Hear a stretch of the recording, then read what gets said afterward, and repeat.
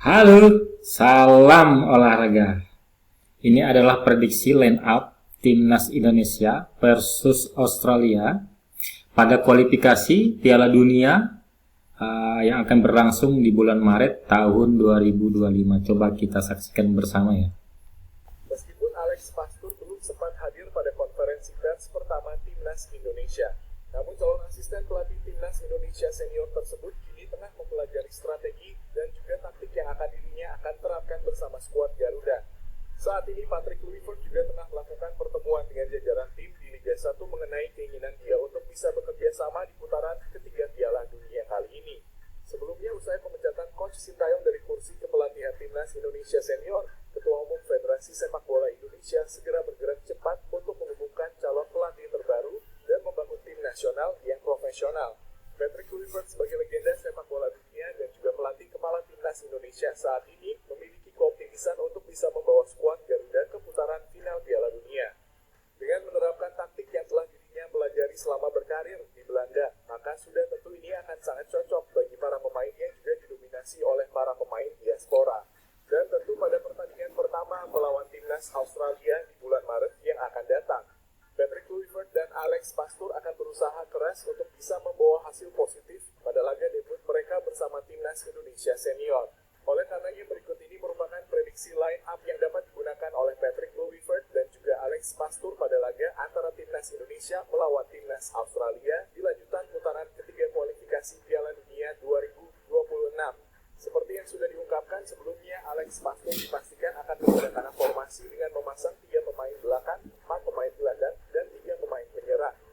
Dengan posisi kiper tentu dipastikan akan diisi oleh Martin Paes dari FC Dallas. Martin Paes merupakan sosok penjaga gawang yang pastinya akan dipasang oleh tim pelatih selama belum terdapat penjaga gawang lain yang dapat mengalahkan performa dan postur tubuh idealnya. Martin Paes tentu akan masuk ke dalam skema permainan dari Alex Pastur, mengingat dirinya juga memiliki kemampuan untuk melakukan pembangunan serangan dari sektor pertahanan. Pada formasi yang nantinya akan diterapkan oleh Alex Pastur, pastinya terdapat kemungkinan terjadinya serangan balik cepat yang dilakukan oleh tim lawan. Oleh karenanya memasang nama sang pemain dapat menjadi opsi terbaik yang dapat dipilih mengingat refleks yang dimiliki oleh sang pemain yang berada di atas rata-rata.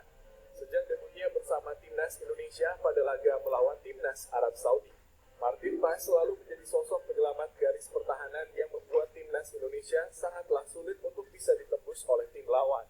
Tentu jika tidak ada peran dari sang pemain, maka akan sangat sulit bagi Timnas Indonesia untuk memberikan perlawanan imbang pada setiap pertandingan yang ada di putaran ketiga ini. Jay Itzes, pemain asal kasta tertinggi Liga Italia 1 ini pastinya akan tetap mengamankan jabatannya sebagai kapten utama Timnas Indonesia. Hal tersebut tentu bukan tanpa alasan. Meskipun saat ini umurnya masih tergolong sangat muda, namun Jay Itzes telah mampu menunjukkan kedewasaannya di dalam lapangan dan dapat menjadi sosok role model bagi para pemain di atas lapangan hijau. Selain itu, ketenangan yang dirinya miliki juga menjadi poin penting yang dapat menjadi pertimbangan tim pelatih. Salah satunya Alex Pastur yang sangat menekankan kedisiplinan dan kesopanan bagi para pemain di dalam maupun di luar lapangan. Sementara jam terbangnya yang semakin tinggi di kasta tertinggi Liga Eropa tentu membuat sang pemain memiliki pengalaman yang sangat luar biasa berbeda dari para rekan setimnya yang tidak tampil pada liga kompetitif seperti Liga Italia. Jay Itzes bahkan telah berhadapan dengan para striker kelas dunia dan terbukti selalu bisa menjadi sosok kokoh bagi garis pertahanan. Max Hilgers. Meskipun saat ini Max Hilgers sangatlah minim mendapatkan jam terbang sebab cedera yang dirinya alami dan mengharuskan dirinya absen pada jeda internasional yang lalu. Ini tidak akan menutup kemungkinan bagi sang pemain untuk bisa langsung mengamankan posisinya sebagai pemain utama pilihan Alex Pastur di dalam skuad impiannya di Timnas Indonesia. Di umurnya yang sangat muda, bahkan Max Hilgers telah berhasil memiliki nilai harga pasar tertinggi dan mendapatkan kepercayaan untuk tampil selama 90 menit penuh di level senior. Max Hilgers merupakan bek tengah yang sangat lengkap dan Timnas Indonesia sangatlah beruntung mendapatkan pemain potensial semacam ini. Dirinya memiliki peluang untuk bisa terus berkembang di bawah asuhan Alex Pastur dengan gaya permainannya yang sangat taktikal dan memberikannya kebebasan untuk bisa bergerak keluar dari posisinya selama diperlukan.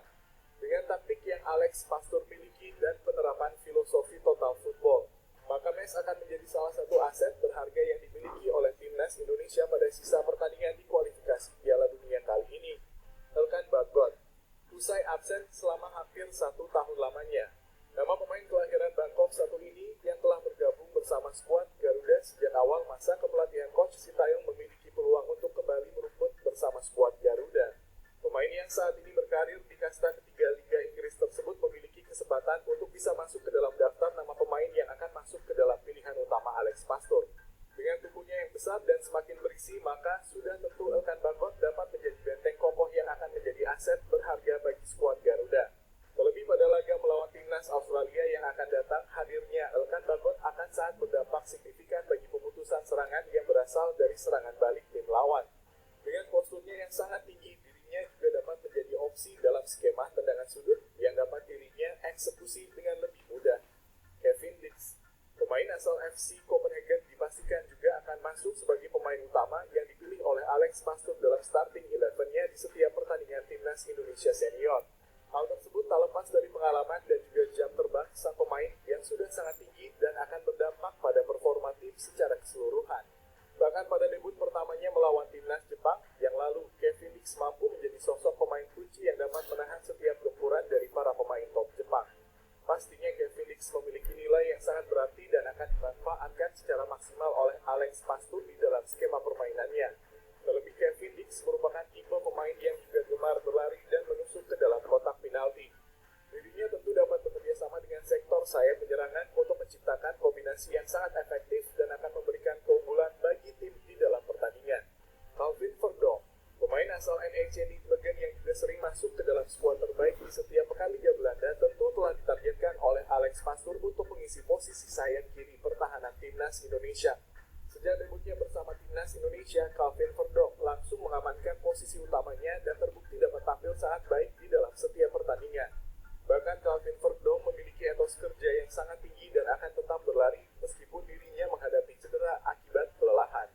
Hal tersebut telah dirinya tunjukkan pada proses gol timnas Indonesia pada laga terakhir melawan timnas Arab Saudi yang lalu.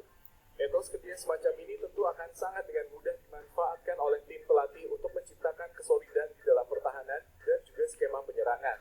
Hadirnya Calvin Verdonk di dalam skuad inti timnas Indonesia senior dipastikan akan memberikan dampak positif yang signifikan bagi performa skuad Garuda di dalam lapangan pertandingan.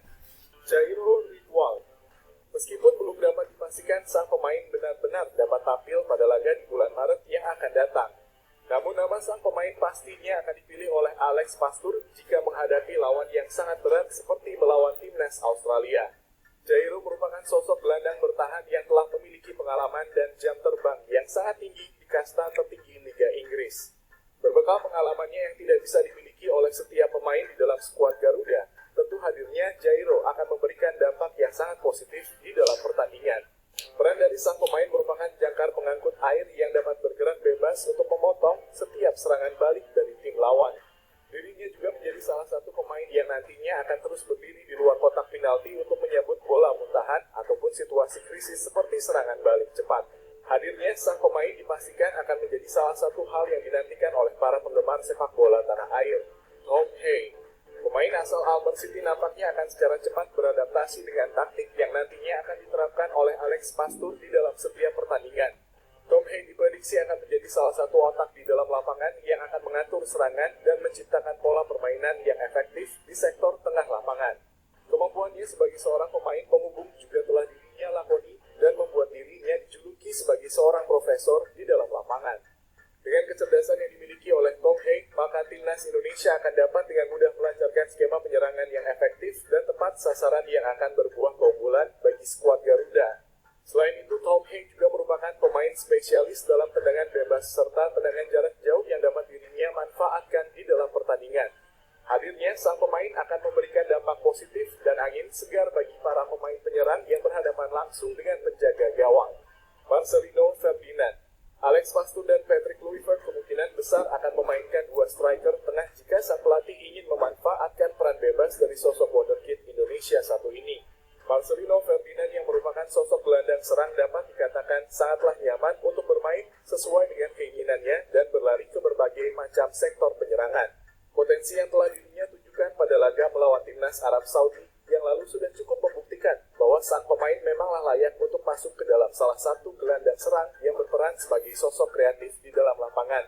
Dengan dua pemain berpengalaman yang menjaga sektor tengah lapangan, maka Marcelino Ferdinand akan bisa jauh lebih fokus dalam melakukan skema penyerangan untuk timnas Indonesia. Tentu penampilannya di timnas Indonesia senior pada laga-laga selanjutnya akan ditentukan pada pertandingan melawan timnas Australia kali ini. Dan jika sang pemain dapat kembali menciptakan kontribusi, maka dapat dipastikan dirinya akan selalu dimainkan oleh tim pelatih di setiap pertandingan. Rafael Struijk datangnya oleh Romani pada laga perdana di bulan Maret melawan timnas Australia, maka akan mengakhiri era dari sang pemain sebagai ujung tombak dari timnas Indonesia. Selama kepelatihan Coach Sintayong, sang pemain selalu masuk sebagai striker pemantul bola dan harus berlari dalam 90 menit penuh untuk melakukan tekanan di sektor pertahanan lawan. Namun dengan datangnya striker baru pada bulan Maret ini, maka Rafael Struijk akan berperan sebagai sosok pemain sayap penyerangan yang merupakan posisi murninya di level klub. Akan tetapi nampaknya pada laga melawan timnas Australia yang akan datang, dirinya tetap akan memiliki peran sebagai ujung tombak sebab Marcelino yang akan menjadi salah satu pemain yang memiliki kebebasan pada posisi gelandang serang. Dengan kekuatan bola lengkungnya yang sangat baik, Rafael Struijk memiliki keuntungan tersendiri jika dirinya masuk menusuk dari sektor sayap untuk bisa menciptakan peluang gol yang sangat besar. Selain itu, dirinya kini dapat melakukan serangan yang jauh lebih leluasa dan dapat menjadi pemain pembeda di dalam lapangan. Ole Romani merupakan sosok pemain keturunan selanjutnya yang berposisi utama sebagai striker murni yang akan menjalankan proses naturalisasi bersama timnas Indonesia. Hadirnya Ole Romani ke dalam skuad Garuda diharapkan dapat menjadi penyelesaian masalah dari minimnya produktivitas gol dari timnas Indonesia. Sebab beberapa tahun terakhir timnas Indonesia tidak memiliki sosok predator yang dapat memaksimalkan peluang di dalam kotak penalti. Hadirnya pemain asal FC Utrecht yang satu ini pada putaran ketiga kualifikasi Piala Dunia besok tentunya akan menjadi angin segar dari kebutuhan yang selama ini dialami oleh timnas Indonesia senior. Apalagi skuad Garuda saat ini memang membutuhkan sosok pemain kunci yang dapat mencetak gol keunggulan di setiap pertandingan.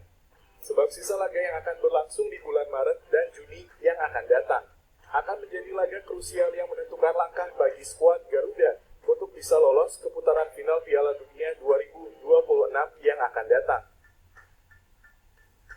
Itulah tadi merupakan prediksi line up yang dapat digunakan oleh Patrick Kluivert dan juga Alex Pastoor pada laga antara timnas Indonesia melawan timnas Australia di lanjutan putaran ketiga kualifikasi Piala Dunia 2026.